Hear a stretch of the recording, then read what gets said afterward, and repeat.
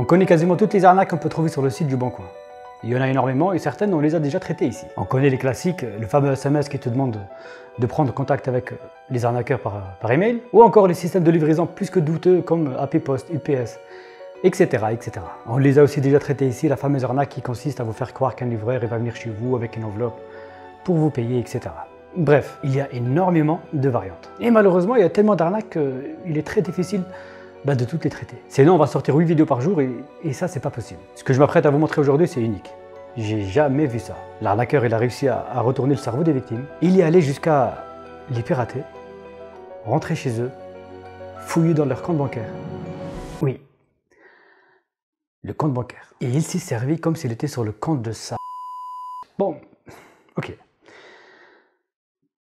Une fois que j'ai reçu l'alerte, je lui ai retourné le cerveau à mon tour et je suis aussi rentré chez lui comme vous allez le voir dans la vidéo. Malheureusement, la première victime qui m'a alerté, elle a eu un préjudice financier, mais grâce à elle, j'ai pu limiter les dégâts. J'ai pu alerter les autres victimes qui étaient sur le point de subir la même chose. Au risque de me répéter, on connaît ici toutes les arnaques, toutes les variantes qu'on peut trouver sur le Bon Coin. Mais là, ce qu'on va voir, c'est une toute nouvelle technique. Et aujourd'hui, je vais vous montrer cette technique pour justement mieux l'éviter. Donc regardez la vidéo jusqu'au bout pour tout comprendre. Et juste avant que ça commence, je voulais vous dire que cette vidéo elle est sponsorisée par CyberGhost VPN. Comme vous le savez, c'est le sponsor officiel de la chaîne Sandoz depuis plusieurs années maintenant. C'est bien Sandoz.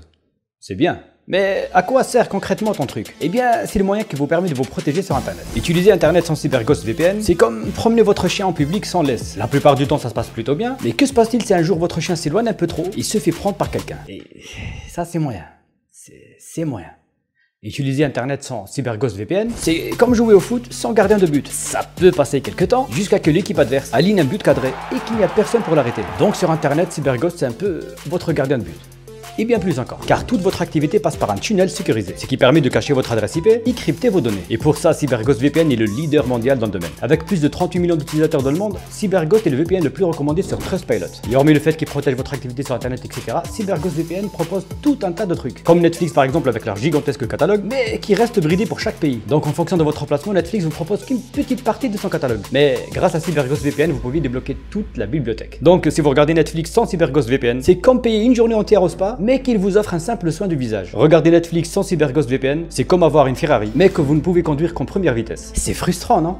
Là, j'ai parlé de Netflix, mais vous pouvez aussi avoir accès en illimité à plus de 35 plateformes de streaming. Et avec un seul abonnement, vous profitez de ça sur 7 appareils différents. Le tout sur une interface très simple à utiliser. Et grâce à mon lien dans la description, vous profitez d'une offre spéciale à 85%, ce qui revient à 1,84€ par mois et 4 mois gratuits. Et en plus de ça, CyberGhost VPN, ils ont la garantie de 45 jours satisfaits ou remboursés. Avec un support technique disponible 7 jours sur 7 et 100% en français. Comme d'habitude, vous trouverez les liens dans la description. Et merci encore une fois CyberGhost VPN d'avoir financé la vidéo. Quant à nous, on peut attaquer la vidéo. Allons comprendre cette nouvelle arnaque.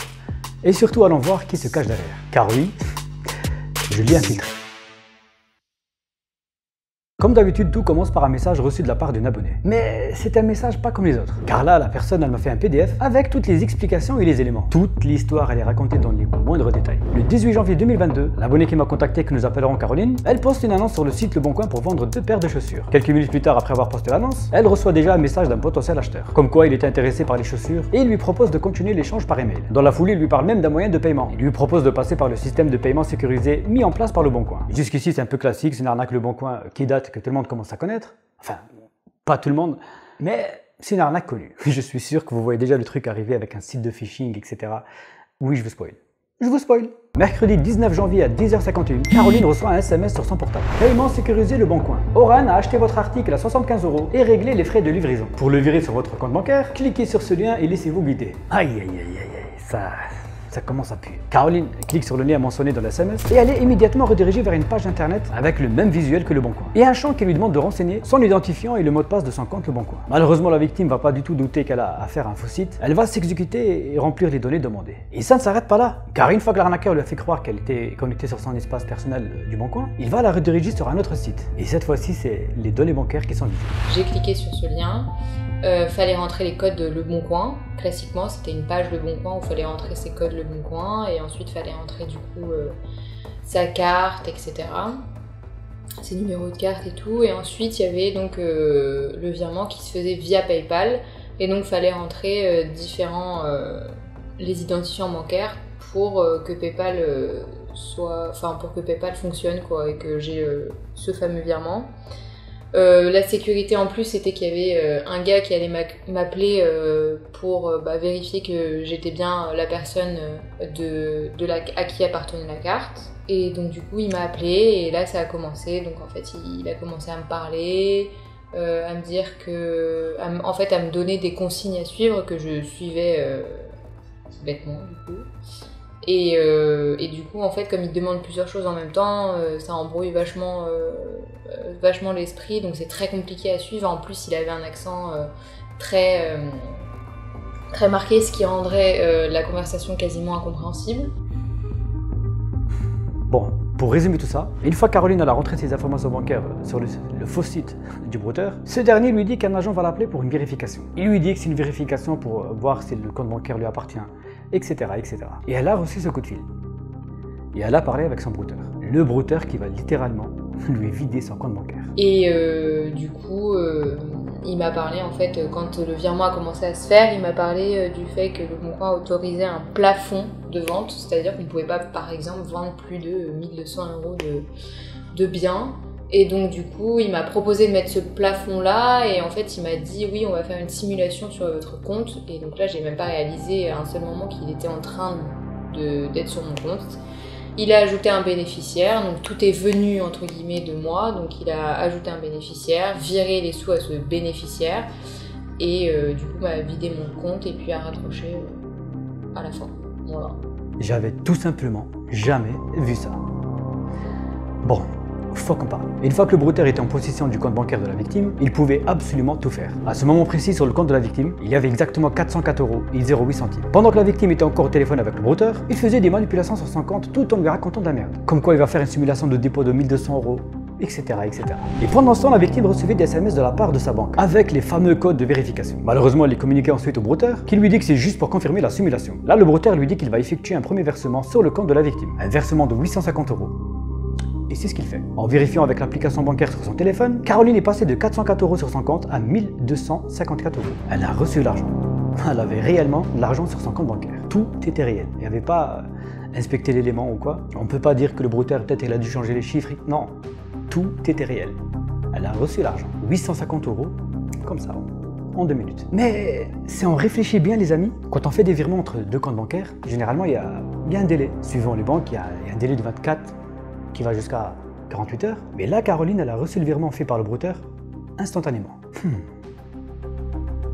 Je vous explique ce qui s'est passé. Le brouteur, il allait récupérer 850 € sur son compte épargne et il les a tout simplement transférés sur son compte principal avant d'ajouter un nouveau bénéficiaire, le fameux bénéficiaire de simulation. En réalité, c'était un vrai bénéficiaire avec un compte irlandais et il a transféré l'intégralité du compte principal vers ce bénéficiaire. En moins de 5 minutes, Caroline se retrouve avec 54 € sur son compte bancaire. Elle n'avait plus rien. Il a tout siphonné jusqu'à son compte épargne. Vous comprenez maintenant pourquoi je dis que c'est très fourbe comme technique? Vous comprenez maintenant pourquoi je vous demande de partager les vidéos? Il faut que tout le monde voit ça. Bref, vous me connaissez. Après avoir lu l'histoire de Caroline, j'allais pas rester là, les bras croisés. Alors je me suis dit, il est temps de ressortir la machine. Je vais donc reproduire exactement le même scénario que Caroline, pour vous épargner tous les détails et surtout éviter de faire une vidéo de 72 heures. En réalité, je me suis fait passer pour une victime, une personne très crédule, et il est tombé dans le panneau. Fin de l'histoire. Non, je rigole, c'est que le début. Bon, l'histoire c'est exactement la même, donc je communique avec lui par email, je reçois le fameux SMS, et quelques minutes plus tard, je reçois le fameux appel du service client. Et cette fois-ci, eh bien j'ai tout enregistré.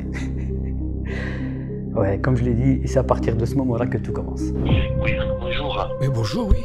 Nous sommes au téléphone de monsieur Daniel Delacroix. Oui, c'est moi, qui êtes-vous? Je suis votre conseiller client Le Bon Coin, monsieur. Moi, je travaille au Bon Coin. Donc, vous avez reçu un SMS de notre part, vous informant. On vous a viré, en fait, les 120 €, n'est-ce pas? Ouais, mais moi, je connais pas tout ça. Vous savez, l'internet, Oui. c'est la première fois que je mets un objet à vendre et je connais pas, je sais pas c'est quoi, moi, Moi, Ne je vous inquiétez pas, monsieur. Mon travail, mon devoir, monsieur, c'est de vous guider durant cette première transaction jusqu'à ce que les fonds puissent arriver sur votre compte, d'accord? Ouais, pour bien me la mettre. Bon, d'accord. Donc, monsieur, Il se présente comme ça, comme étant le chargé clientèle de service du Bon Coin. Normal, comme ça, au calme. La démarche était exactement la même que Caroline. Il m'envoie tous ces sites éclatés au sol et qui puent le phishing à plein nez. Mais je décide de le faire poireauter un peu avant de lui donner ce qu'il veut, à savoir mon compte bancaire. Et d'ailleurs, dès le début de l'appel, on voit que c'est la seule chose qui l'intéresse. donc le plus préférable, monsieur, vous n'avez pas un compte à la Banque Populaire? À la Banque Populaire, non, j'ai un compte à HSBC, je sais pas si vous connaissez. Oui, je connais, monsieur. Nous sommes en partenaire, nous sommes en correspondance avec toutes les banques, monsieur. Vous êtes à HSBC. Et après, J'ai HSBC, j'ai Société Générale, j'ai Crédit Mutuel, caisse d'épargne, oui, comment vous savez ça? non, monsieur, je vous ai proposé. Caisse d'épargne, voilà, il y a beaucoup. C'est une banque aussi qui est en fait, qui a de bons avantages en fait. Caisse d'épargne. C'est une banque qui a de bons avantages. Il ne dit pas ça pour rien, car il y a une raison, et la raison elle est toute simple. Il doit certainement mieux maîtriser les comptes caisse d'épargne, car le processus de sécurité il est plus ou moins facile à contourner. Si on n'a pas le Secure Pass d'activer, etc., ça lui facilite plutôt bien la tâche. Attention, je ne dis pas que c'est la porte ouverte à tout le monde, mais ici on sent que le brouteur il a l'habitude de... Il gère mieux les comptes caisse d'épargne. Bref, maintenant je joue la carte du client un peu méfiant, un client qui a peur de se faire arnaquer sur internet, et vous allez comprendre pourquoi je joue cette carte. Mais c'est vrai que moi je me méfie toujours, vous savez, des arnaques sur internet. Parce que la dernière fois, j'avais sur le Facebook, sur le, comment ça s'appelle là, j'avais mis mon salon à vendre, mon salon de jardin, donc sur le site de Facebook, etc. Vous savez combien j'ai fini avec cette histoire? Ah oui, vous avez fini avec combien? Eh ben, la personne, elle m'a escroqué, je crois, 22 000 € que j'ai envoyé en coupon PCS, ou je sais pas c'était quoi. Coupon PCS, 22 000 €, waouh. 22 000 € sur 15 jours. Tous les jours, je devais envoyer des coupons de 500.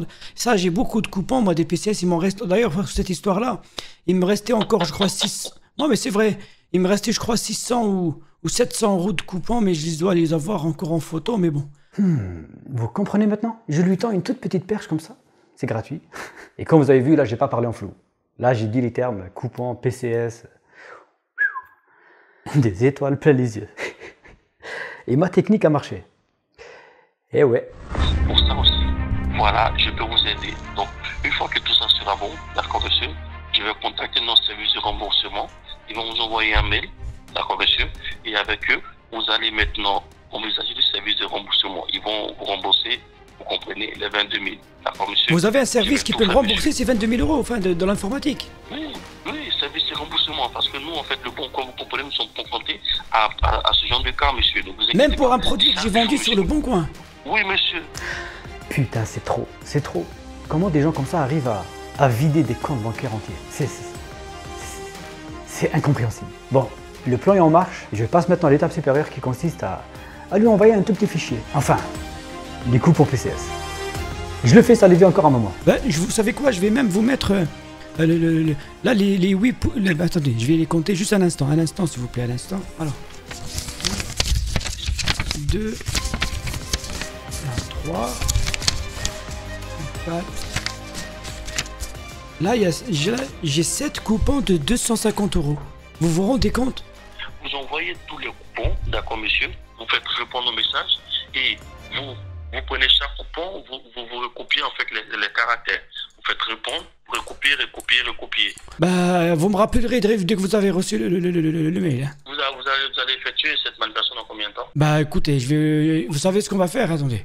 Je vais le faire avec vous, là. Comme ça, vous me dites si vous êtes... je vous réponds au mail. Là, heureusement que mon fils, il m'a montré comment on fait. Là, il y a marqué, hop là. J'ai répondu à votre mail. Est-ce que vous l'avez reçu? Oui, en fait, le service informatique a bien reçu le mail. Ah, parfait. Il a bien reçu le coupon PCS. Ça, c'est la première étape. Maintenant, il faut qu'il l'ouvre et c'était un petit peu compliqué. Le logiciel que vous avez envoyé, d'accord, n'est pas reconnu par notre service informatique. Je vous ai envoyé 8 coupons PCS de 250 €. Vous savez combien ça fait? Attendez, je vais vous calculer ça. Ça fait 1750. Là, je viens de vous envoyer 1700 €. 1750 €. Monsieur, écoutez-nous s'il vous plaît. Vous êtes trop nerveux, monsieur. C'est pas bon, monsieur. 1750 € et vous me dites que je vous ai rien envoyé? 1750? Je vous dis que le contenu de votre... Monsieur, écoutez-nous, monsieur. Écoutez-nous, d'accord? Je vous ai rien demandé. Je vous ai dit simplement que le fichier ne peut pas être téléchargé. Donc, ce que vous allez faire, monsieur... Mais bien sûr, il faut cliquer, il faut le télécharger, l'ouvrir sur l'ordinateur. Mais vous, monsieur, c'est vous qui connaissez l'informatique, c'est pas moi, c'est vous. Donc, je vous dis, monsieur, vu que vous avez dit, monsieur, que nous connaissons, vous comprenez l'informatique. Donc, je vous dis, monsieur... Bah faites alors en sorte d'ouvrir le fichier. Il est totalement hors de contrôle. Il est venu à la base pour me vider mes comptes bancaires et il s'est retrouvé avec plein de coupons PCS. Enfin, des coupons PCS... Bref, je vais pas faire durer le suspense très longtemps. Il a fini par les avoirs ses coupons PCS. Et j'ai fini par avoir tout le contrôle de mon côté. Celui qui contrôlait les comptes bancaires des victimes s'est retrouvé contrôlé à son tour. Pas mal ça. Magnifique. Une fois chez lui, sur son ordinateur, il était en totale panique. Vu qu'il n'avait aucun coupon PCS, etc., il commençait à se douter de quelque chose. Il commençait à comprendre l'histoire. Les informations viennent sur moi. Tu vois. Ah, d'accord. Donc, moi, ça aussi, mon PC, il ne faut pas attendre ton truc là-bas, voir ton truc là. C'est ça que je dis là. Et je l'ai vu en direct appeler un collègue à lui pour l'aider à s'en débarrasser de moi. C'est que moi, j'ai mis là, ou bien c'est que j'étais déjà plein mort là. C'est pas des vieux coupons là. Ça, c'est qui t'a envoyé ça, et moi qui t'a envoyé ça là. Ouais, c'est que mon envoyé ça, ouais. Maintenant, quand on installe là, si on désinstalle là, c'est fini, non? Et moi, c'est supprimé en fait. Non, quand j'ai installé là, le truc des gens, les petits comme ça, quand tu as installé là, plus il va dans les fichiers, il va pas dans les bases. Ah ouais, maintenant, et mes fichiers là. Pendant qu'ils sont là avec son collègue à essayer de trouver une solution, je me mets à l'aise et je commence à fouiller et regarder un peu ce qu'il avait. Malheureusement, je suis arrivé certainement trop tard pour certaines victimes, ou encore pour Caroline, mais je suis tombé sur un fichier où j'ai vu qu'il classait les victimes avec toutes leurs informations. Les informations récupérées sur son site de phishing. Et d'ailleurs, je suis tombé sur plein d'autres sites qu'il avait, où il faisait plein d'autres arnaques à côté, mais ça, on reviendra un peu plus tard dessus. Dans le fichier texte, il y avait des victimes avec des dates où il y a marqué à contacter. Et je me suis dit, ok, je vais prendre de l'avance sur lui et appeler moi-même les victimes qu'il n'a pas pu ou encore appelé. Il y avait une bonne douzaine de victimes avec toutes leurs informations. Certaines que j'ai appelées m'ont dit qu'ils ne sont pas allés jusqu'au bout, encore ils ont déjà fait le nécessaire auprès de leur banque. D'autres ils m'ont pris moi-même pour un arnaqueur et du coup ils m'ont raccroché au nez et je peux que les comprendre. Et les autres ils ont compris ma démarche et je leur ai tout expliqué. Oui, allô? Oui, bonjour monsieur Jean-Pierre? Lui-même. Oui, bonjour et désolé de vous déranger. Alors je me présente, je suis Sandoz, c'est une personne qui traque les arnaqueurs sur internet. J'ai vu que vous êtes rentré en contact avec une personne qui a certainement essayé de vous acheter quelque chose sur le site du Bon Coin. Exactement. Donc elle vous a certainement envoyé un lien par SMS, etc. et vous avez rentré vos coordonnées bancaires. Oui, ils m'ont fait ça assez rapidement, quoi, si vous voulez. Puis effectivement, moi je n'ai pas fait attention. Enfin si, j'avais des doutes quand même, j'ai eu des doutes quand j'ai fait ma première opération dessus. Qui m'avait réclamé mon identifiant et naturellement mon mot de passe, quoi. Tout à fait. Tout ça par l'intermédiaire d'un site qui paraissait très convenable, du Bon Coin, parce que je voulais faire un versement, non, un paiement sécurisé, comme appelle le Bon Coin. Tout à fait. Mais ils sont introduits sans doute là-dessus, et puis bon, mais ils m'ont envoyé sur un truc, et puis auquel j'ai un peu résisté, et là je viens de revoir aussi que mes virements avaient été, la liste de mes bénéficiaires virements avait été enlevée, si vous voulez. Donc je suppose que c'est une précaution. Là, justement, je voulais appeler la banque pour savoir si c'est eux qui avaient fait cette opération. Bah, n'hésitez pas de les appeler encore une fois et leur dire, enfin leur raconter la mésaventure, parce que le but de ces arnaques en fait c'est de prendre le contrôle de votre compte bancaire, en l'occurrence à la Banque Populaire, et puis d'ajouter un bénéficiaire pour effectuer les virements. Donc moi tout ce que je peux vous donner aujourd'hui comme conseil, c'est de ne jamais rentrer vos coordonnées personnelles ou vos données bancaires sur quelconque site internet. Ils m'ont envoyé des informations si vous voulez, dès que j'ai voulu faire ce paiement sécurisé, si vous voulez, que je connaissais pas, que j'avais pas utilisé et jamais utilisé jusqu'ici, par le Bon Coin. En définitive, j'ai pas utilisé une formule, une voie que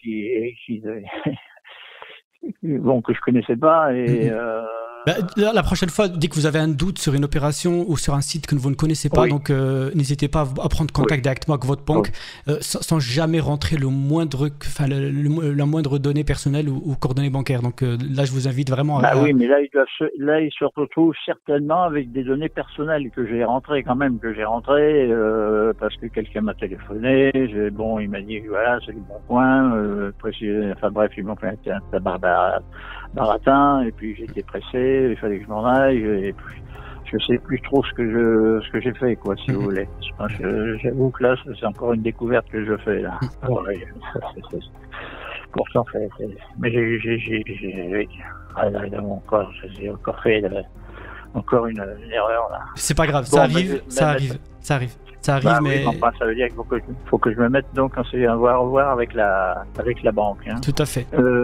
Merci hein, de votre appel. Ben, je vous en prie, Merci. et surtout faites attention la prochaine fois, ne donnez jamais encore une fois vos coordonnées bancaires. C'est toujours les plus fragiles d'entre nous qui payent les frais. J'ai contacté d'autres victimes de ce brouteur, ils avaient quasiment le même profil que ce monsieur. Des victimes qui avaient un certain âge et on sentait qu'ils vivaient une précarité numérique. Je suis tombé sur l'une de ces adresses email où quasiment tous les jours, il y avait des virements vers des comptes néobanques. Des comptes créés bien évidemment avec des données usurpées car il avait des centaines et des centaines de pièces d'identité sur son ordinateur. Même si certaines victimes n'ont pas eu un préjudice financier comme Caroline, le fait d'avoir mis leur information personnelle sur le site du brouteur, c'est toujours ça pour lui, car il va les utiliser plus tard pour arnaquer d'autres gens. Vous me connaissez, j'ai fait un nettoyage complet après mon passage chez ce brouteur et j'ai découvert d'autres dingueries sur lui, avec des complices encore ici en France. Donc je vous le dis officiellement, il y aura une vidéo complète que sur lui. Pourquoi pas un brouteur presque parfait où cette fois-ci je vais pousser les bouchons plus loin. Leurs méthodes sont de plus en plus fourbes. Là on le voit, ils innovent quasiment tout le temps. Cette vidéo doit faire le tour chez toutes les personnes fragiles. Nos parents, nos grands-parents, c'est eux leur cible privilégiée. Donc je compte sur toi qui regarde cette vidéo, de la partager à tes proches, ta famille, tes grands-parents, etc., etc. Et je vous le dis depuis quelques temps maintenant que je travaille sur des gros projets. Aujourd'hui, je vous le dis, ça arrive. Ça arrive. Je vous prépare on vous prépare un truc qui n'a tout simplement jamais été vu ailleurs. Et ce truc va changer beaucoup de choses. Je mettrai des indices prochainement sur mon compte Instagram. Donc si tu veux pas rater tout ça, il y a le lien dans la description. Voilà. C'est la fin de cette vidéo. J'espère qu'elle va aider pas mal de monde afin de détecter cette nouvelle arnaque. Comme d'habitude, restez sur vos gardes. C'était Sandoz. Ciao.